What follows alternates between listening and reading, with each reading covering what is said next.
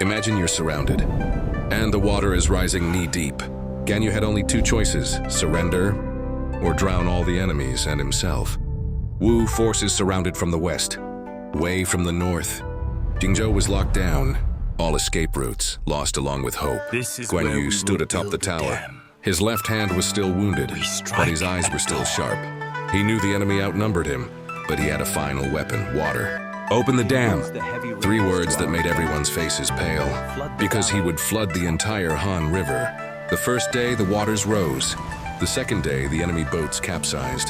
The third day, bodies washed past the city gates. But water doesn't choose its victims.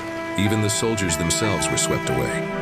And Guan Yu remained still on his horse, like a statue in the midst of disaster. When the waters receded, the enemy retreated. But the city was silent, more silent than usual, because the people had also disappeared with the strategy. Everyone praised the victory, but Guan Yu never smiled. He knew today's victory had been paid too dearly. He didn't sleep that night. He just sat and stared at his reflection in the still receding floodwaters. The waters reflected a general who was almost a tyrant, because sometimes the most painful thing isn't when you lose, but when you win and lose yourself.